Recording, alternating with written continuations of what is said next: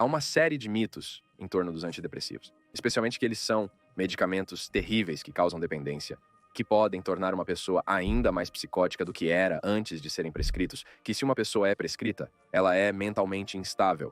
Porque, afinal, são antidepressivos, o que significa depressão, o que significa que a pessoa é mentalmente instável. Vamos discutir neste vídeo se os antidepressivos são realmente esses medicamentos demoníacos terríveis, quais são as evidências, quais são as contra-evidências, especialmente no tratamento da insônia.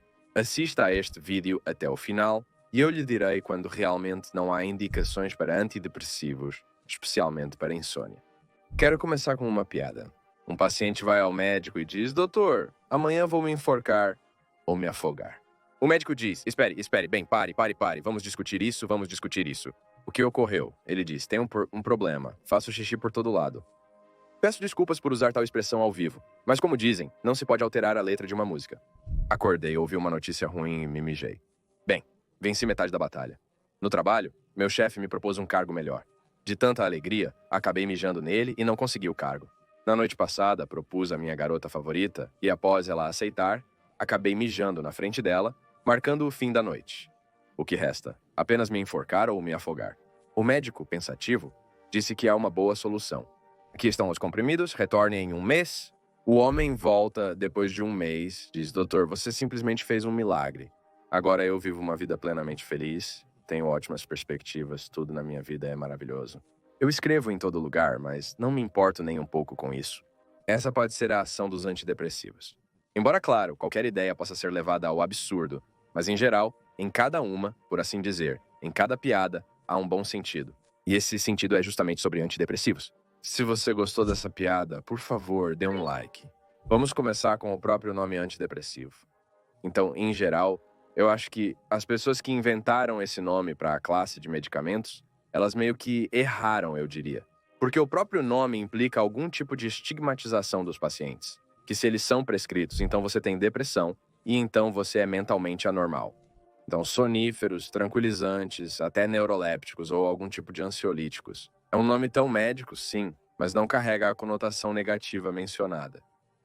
Ou seja, a pessoa não se sente mentalmente anormal. Assim que menciona um antidepressivo, a pessoa pensa: é uma catástrofe, eu sou mentalmente anormal. Na verdade, não é bem assim.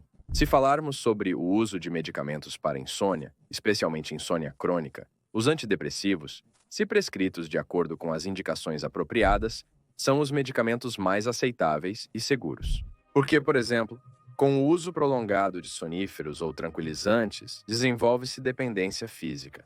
E se lermos as instruções para o uso de soníferos ou tranquilizantes, está escrito que eles não devem ser usados por mais de um mês. Se tomarmos neurolépticos, sim, eles podem ser usados por muito mais tempo, mas seu perfil de segurança, eu diria, é medíocre, para dizer o mínimo. E o número de possíveis efeitos colaterais excede o número de efeitos colaterais que os antidepressivos modernos têm. Ou seja, se for necessário um tratamento farmacológico para a insônia crônica, especialmente se estiver associado à ansiedade e à depressão, então este é o chamado medicamento de escolha, ou primeira linha de tratamento, que permite lidar efetivamente tanto com a insônia quanto com a ansiedade e a depressão. Ou seja, resolvemos todos esses problemas com um único medicamento. Mas a aplicação possui uma peculiaridade. Por exemplo, se vemos principalmente problemas com sono, existem antidepressivos com efeito sedativo. Agora vou mencionar vários nomes, sejam eles internacionais ou até comerciais. A única coisa que devo dizer é que, naturalmente, se houver uma questão sobre a prescrição, existem contraindicações para a prescrição desses medicamentos e é necessário consultar um médico. Então, se falamos sobre um grupo de medicamentos de ação hipnótica, por exemplo, trazodona, trítico, isso é mirtazapina, e vários de seus, por assim dizer, nomes, bem, existem marcas, existe Lirivon e assim por diante, Mianserin e assim por diante, e assim por diante. Existe uma categoria de antidepressivos que proporcionam um efeito antidepressivo e um efeito hipnótico. Eles são prescritos à noite antes de dormir. E aqui, às vezes, há um erro quando um paciente com insônia vem até mim e eu descubro que ele foi prescrito um antidepressivo que, em geral, é, eu diria, ou equilibrado ou até mesmo com um efeito ativador.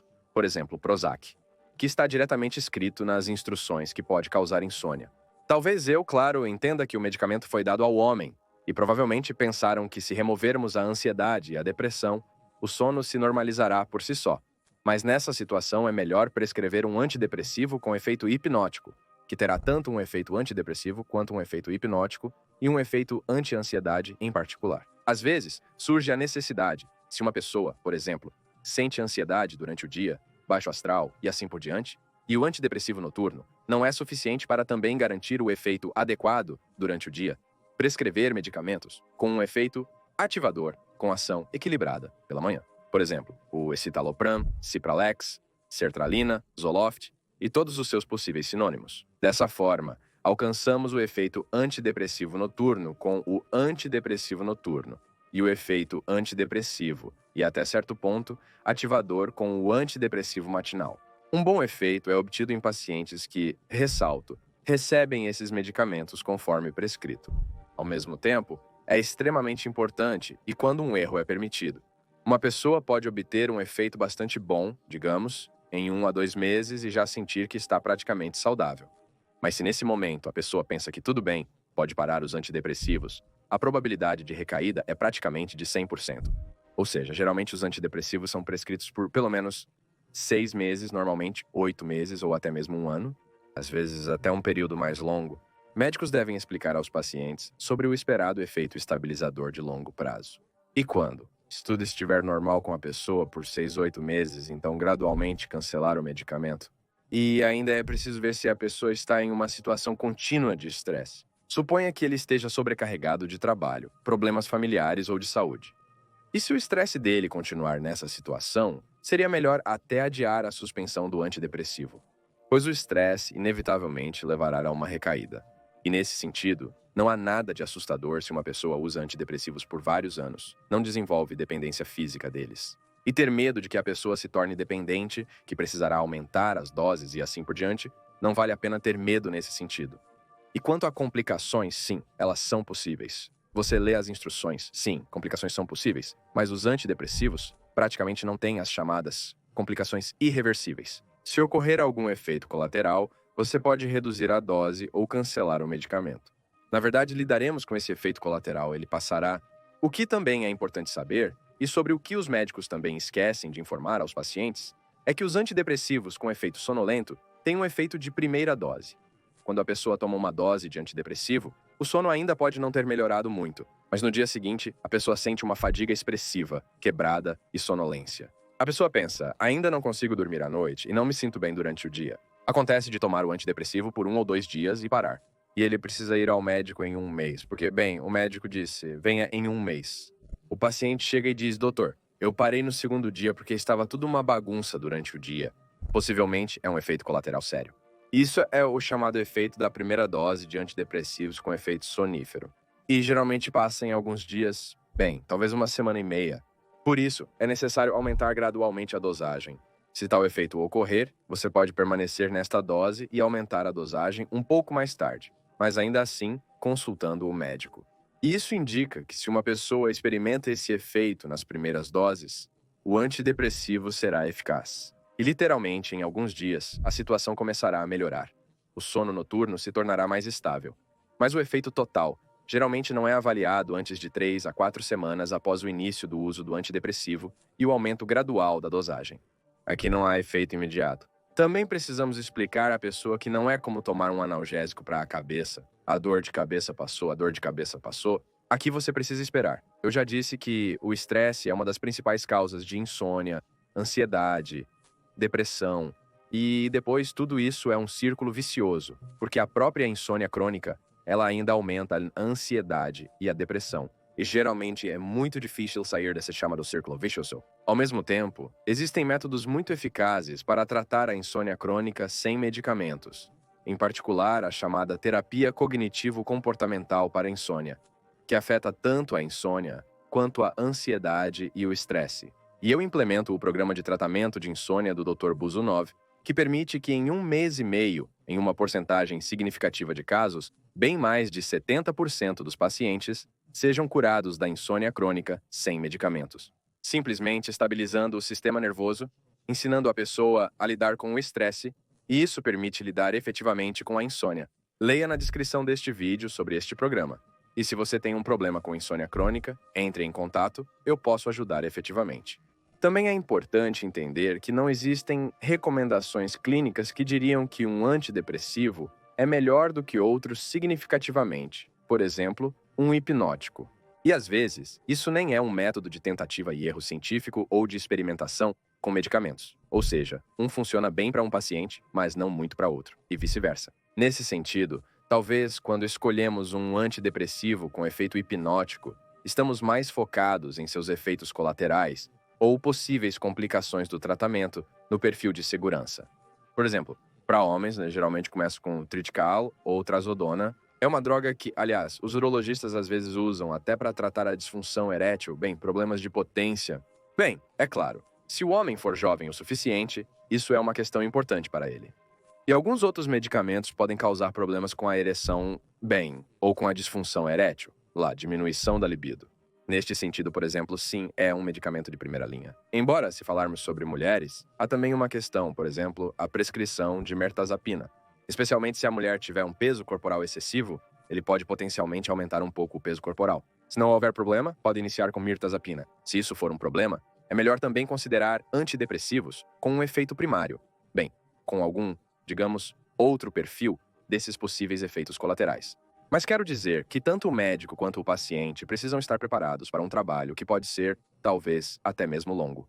Existem até estudos que mostram que se você prescrever um antidepressivo, a probabilidade de um efeito positivo e de alcançar um efeito clínico é de cerca de 70%. Se não funcionou, cancelamos, prescrevemos outro, e ao trocar 2 a 3 antidepressivos, a chance de efeito positivo é de 90%. Ou seja, às vezes é um processo complexo e demorado de alguns meses para encontrar o seu chamado antidepressivo com um efeito duradouro. E quanto aos antidepressivos que ativam pela manhã, eles têm um efeito um pouco diferente, chamado de primeiras doses. A pessoa chega e diz: sim, estou ansioso, tenho algum tipo de depressão de humor. A pessoa recebe um antidepressivo, e a ansiedade aumenta mais tarde. A pessoa relata que a medicação recebida para a ansiedade aumentou seu nervosismo. E aqui também é a arte do médico explicar ao paciente que este é um possível efeito colateral. E também é uma situação conhecida que a ansiedade pode se intensificar ao longo de 1 a 2 semanas, e neste sentido, às vezes até nos cobrimos, havia uma chamada ponte de fenazepam, quando o medicamento fenazepam era prescrito. E agora, por exemplo, hidroxizina ou atarax é prescrito para remover algum grau adicional de ansiedade. E depois, após 3 semanas, esses medicamentos são retirados e o próprio antidepressivo já possui um efeito anti-ansiedade, embora inicialmente ele tenha até intensificado um pouco. Ou seja, nesse sentido, quero dizer que é uma certa arte para, por um lado, sedar uma pessoa, sim, com o uso de um antidepressivo, e por outro lado, garantir seu funcionamento normal durante o dia. Portanto, se você foi ao médico e o médico avaliou a situação clínica e disse que você precisa de antidepressivos, não pense que o médico te considerou simplesmente uma pessoa mentalmente anormal ou que você é uma pessoa mentalmente anormal. Isso pode ser prescrito para estresses prolongados, que por sua vez causam, por exemplo, depressão reativa, ansiedade, mas isso é uma reação ao estresse, especialmente ao estresse prolongado. Há uma confusão terminológica. A depressão psiquiátrica segue suas próprias leis dentro dos limites do transtorno bipolar ou psicose maníaco-depressiva, anteriormente chamada de depressão recorrente. São suas próprias leis psiquiátricas, se podemos dizer assim. E há como uma reação do sistema nervoso a uma situação de estresse crônico quando a depressão também se desenvolve. Nessa situação, o uso de antidepressivos é muito eficaz para lidar com os problemas dos pacientes, levá-los de volta à vida normal. E apesar de algumas situações estressantes, a qualidade de vida do indivíduo melhora significativamente. Se você foi prescrito antidepressivos, descreva seus sentimentos. Você teve esse efeito da primeira dose? Se lhe foram prescritos antidepressivos à noite? Você acordou mal pela manhã? Estava confuso? Ou o medo se intensificou? Se lhe foram prescritos antidepressivos pela manhã? Em geral, seus sentimentos. Sim, o antidepressivo ajudou você? Talvez eu participe da discussão em algum grau. A única coisa que, é claro, eu não vou recomendar lá apenas na discussão da prescrição ou cancelamento de medicamentos. Isso deve ser um médico. Mas alguns princípios gerais podem ser discutidos completamente. Sim, deve-se descontinuar gradualmente os antidepressivos. É praticamente uma regra de ouro. Existem vários antidepressivos, por assim dizer, com diferentes velocidades, mas geralmente leva pelo menos 1 mês. se não 2. Porque parar abruptamente pode ser um fenômeno de abstinência, mas não é o fenômeno clássico de abstinência, que o antidepressivo parou de funcionar, tudo volta para você. São mais provavelmente diferentes manifestações vegetativas, como simplesmente um tremor no corpo, tontura, dor de cabeça. Como prometi, vou contar quando é inadequado prescrever antidepressivos. Mas quero enfatizar novamente que cada paciente específico deve ser avaliado pelo médico assistente. Se temos insônia aguda em resposta a alguma situação estressante e não há angústia expressa, não há diminuição expressa do humor, eu diria que se uma pessoa nesta situação se dirige a um neurologista ou até mesmo a um psiquiatra, eu vejo que às vezes há uma prescrição excessiva de antidepressivos. Ou seja, as pessoas são imediatamente dadas pílulas. Lembro de um exemplo específico. Um paciente vem até mim que toma um antidepressivo ativador pela manhã e à noite até mesmo um neuroléptico, quetiapina, um neuroléptico bastante sério. Mas ele começou a ter problemas para dormir um ano atrás. Ele foi visto por 2 neurologistas e eles prescreveram algum tipo de tratamento que não era muito eficaz. Ele persistiu com problemas de sono. Depois, um psiquiatra o examinou e fez seu próprio diagnóstico psiquiátrico de um estado ansioso-depressivo. Pela manhã, um antidepressivo ativador, à noite quetiapina, um neuroléptico, como mencionei. O paciente está dormindo melhor, porém ainda enfrenta dificuldades para adormecer. Adoro questionar sobre a anamnese de alguém. Em geral, minha consulta dura 1h30. Acontece que 1 ano atrás ele começou a trabalhar remotamente. E lá, em primeiro lugar, ele começou a viver de uma maneira bastante desordenada. Ele começou a passar muito tempo na cama. Ele começou a trabalhar diretamente da cama. Ou seja, a cama dele começou a ser associada não com o sono, mas com o trabalho. Além disso, ele comprou uma máquina de café e começou a beber 8 a 10 xícaras de café por dia. E por algum motivo, ele começou a dormir mal, sem associar uma coisa com a outra. E os 8 a 10 médicos que o examinaram antes disso não se preocuparam em perguntar sobre seu estilo de vida. E eu diria que em uma porcentagem significativa de casos, para insônia aguda ou insônia prolongada, não devemos começar com medicamentos, mas com a análise do estilo de vida. O que ocorreu? O homem talvez tenha limitado severamente sua atividade física. Possivelmente parou de fazer esportes por algum motivo. Talvez ele tenha começado a perturbar sua rotina, dormindo nos dias de folga. Ou ele mudou para o trabalho remoto. Seu dia e noite totalmente mudaram. Em uma porcentagem significativa de casos, em 50% dos casos, podemos, antes de prescrevermos qualquer medicamento, especialmente antidepressivos, simplesmente melhorar ou normalizar o sono com a normalização do estilo de vida, higiene do sono e sono, em 50% dos pacientes. Começamos, enfim, com o básico: estilo de vida, higiene do sono e o quarto. Nessa situação, gosto de uma frase: não precisamos atirar em pardais com um canhão. E a segunda situação, na qual os médicos também podem errar com bastante frequência, é outro exemplo concreto. O homem diz: tive um problema bastante sério há 5 anos atrás. Passamos 6 meses nos divorciando, dividindo bens, e eu sofri de insônia intensa. Desde então, eu já fiz tudo. Me casei, tive filhos, construí uma casa, plantei uma árvore. Tudo está perfeito no trabalho, mas a insônia está cada vez pior. E eles prescrevem antidepressivos, neurolépticos, uma combinação, e a pessoa vem até mim em altas doses de medicamentos, e eu entendo que isso é o que chamamos de insônia condicionada reflexa. Ele tentou dormir durante todo esse tempo contra o barulho, não conseguiu, desenvolveu um reflexo condicionado de medo de não conseguir dormir, e a cama se tornou insônia, uma previsão negativa: eu não durmo e não vou dormir mais. Comportamento desadaptativo. Ele começou a ficar na cama por 3 horas a mais tentando dormir, o que piorou ainda mais o sono. Ou seja, a insônia dele já não é causada por algum estresse, que já acabou há muito tempo, mas por reflexos negativos condicionados, pensamento negativo e comportamento desadaptativo. Isso é o que chamamos de modelo clássico condicionado reflexivo de Pavlov para o desenvolvimento da insônia, no qual os medicamentos não funcionam muito bem.